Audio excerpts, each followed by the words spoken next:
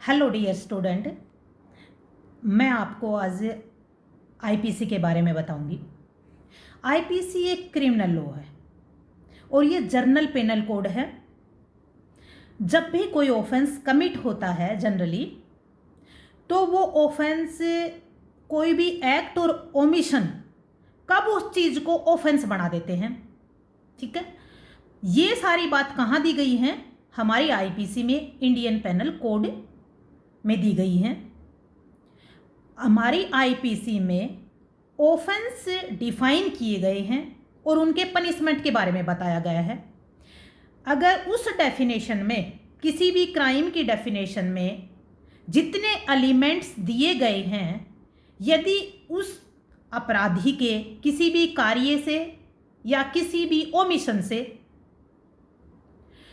अगर वो एलिमेंट पूरे कर देता है और पूरे होने के बाद आईपीसी में डिफाइंड क्राइम बन जाता है, तो उस सेक्शन के जो चार्ज की सेक्शन होती है, यानी जहाँ पर पनिशमेंट दिया गया है, वो सेक्शन चार्ज में लगा दी जाती है। जैसे एग्जांपल 378 है।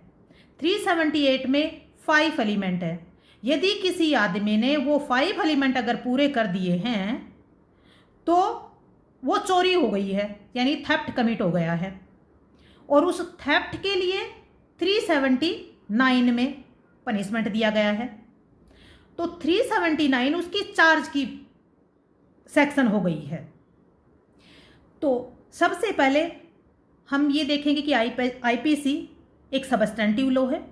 नंबर दूसरी बात, एक जनरल पेनल कोड है जो इसका प्रियम्बल हमें बताता है।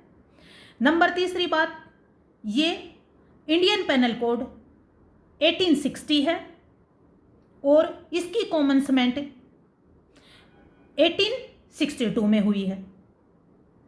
और इनके लिए जो कमेटी थी, उन कमेटी में 3 मेंबर थे, एक चेयरमैन था। लॉर्ड मैकोले इसके चेयरमैन थे। फर्स्ट लॉ कमीशन ने ये बनाया था। फर्स्ट लॉ कमीशन 1834 में कॉन्स्टिट्यूट किया गया था। अब इसमें टोटल सेक्शन 511 है, टोटल चैप्टर 23 हैं इसमें, यानी 23 चैप्टर्स और 511 सेक्शंस।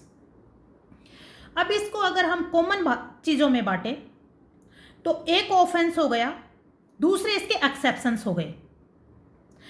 तो अगर हम जनरल की बात करें और हमें स्पेसिफिक की बात करें,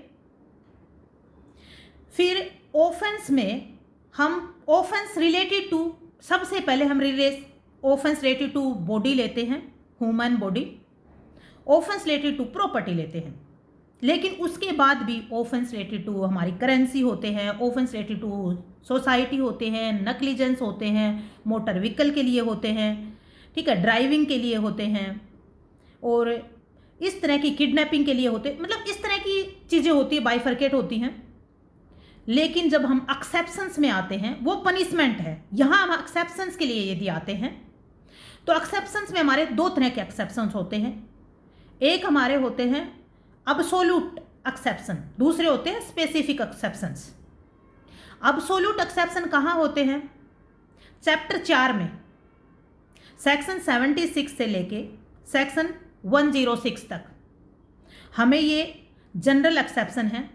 यदि कोई भी एक्ट और ओमिशन 76 से लेके 106 में किसी में आ जाता है तो अब्सोल्यूट एक्सेप्शन हो गया, यानी उस आदमी को पनिश नहीं किया जाएगा। अब आते हैं हम स्पेशल एक्सेप्शन में। जब स्पेशल एक्सेप्शंस में आते हैं तो 300 जो सेक्शन है उसके 5 एक्सेप्शंस हैं। तो वो 5 एक्सेप्शन में अगर कोई बात आ जाती है तो हम उसे मर्डर में ना करके कल्पेबल होमोसाइड में लेके जाते हैं। ठीक है, अच्छा जी, अब बात आती है कि हम क्राइम किसको कहेंगे। देखो, क्राइम की डेफिनेशन आईपीसी में नहीं दी गई है, यानी crime word has not been defined in IPC. लेकिन हम क्राइम कैसे कॉन्स्टिट्यूट होता है उसके लिए हम उसके इंट्रोडक्शन में पढ़ते हैं। अगर कोई भी मेंस रिया प्लस एक्टस रिया, ये दोनों एलिमेंट बनते हैं तो क्राइम हो जाता है। यानी कोई भी एक्ट और omission without actus reus with mens rea complete नहीं होता। यदि दोनों एलिमेंट साथ होंगे ना तभी हमारा क्राइम बढ़ेगा।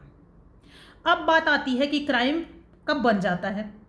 तो क्राइम ऑफ स्टेज हमारे पास 4 होती हैं, ठीक है। सबसे पहले उसकी इंटेंशन होगी, दूसरी प्रिपरेशन करेगा, तीसरी अटेम्प्ट करेगा, फिर चौथा कंप्लीसमेंट हो जाएगा। तो अब स्टेज ऑफ क्राइम की बात आती हो तो क्या सारे पनिशेबल हैं? नहीं, इंटेंशन पनिशेबल नहीं है, क्योंकि इंटेंशन को डिफाइन करना पड़ता है कि भाई ये ऐसे इंटेंशन थी, उसका ये नेग्लिजेंस के कारण हुआ, रेकलेसनेस के कारण हुआ, नॉलेज के कारण हुआ, किस कारण हुआ। तो उसकी मेंटल कंटेम्पलेशन होती है। मेंटल कंटेम्पलेशन को हम कैसे बाहर लेके आएंगे, डिस्क्लोज कैसे करेंगे उसको। अब आता है प्रिपरेशन की। यदि कोई किसी भी काम को करने के लिए कोई साधन जुटाता है तो उसे हम प्रिपरेशन कहते हैं। तो ये एक्सेप्शंस में पनिशेबल होती है, अदरवाइज नहीं पनिशेबल होती है जनरली। फिर उसके बाद होती है अटेम्प्ट। अटेम्प्ट पनिशेबल होता है जब किसी भी काम को प्रिपरेशन के बाद एक्शन की तरफ लेके जाते हैं, लेकिन कुछ सर्कमस्टांसेस हैं जिनकी वजह से पूरा नहीं हो पाता है। फिर उसके बाद अकम्प्लिशमेंट यानी कंप्लीट ऑफेंस हो गया तो ऑलवेज पनिशेबल। सो गाइस, आज के लिए इतना ही इंट्रोडक्शन में। अब नए वीडियो के साथ एक दिन के बाद। Thank you so much.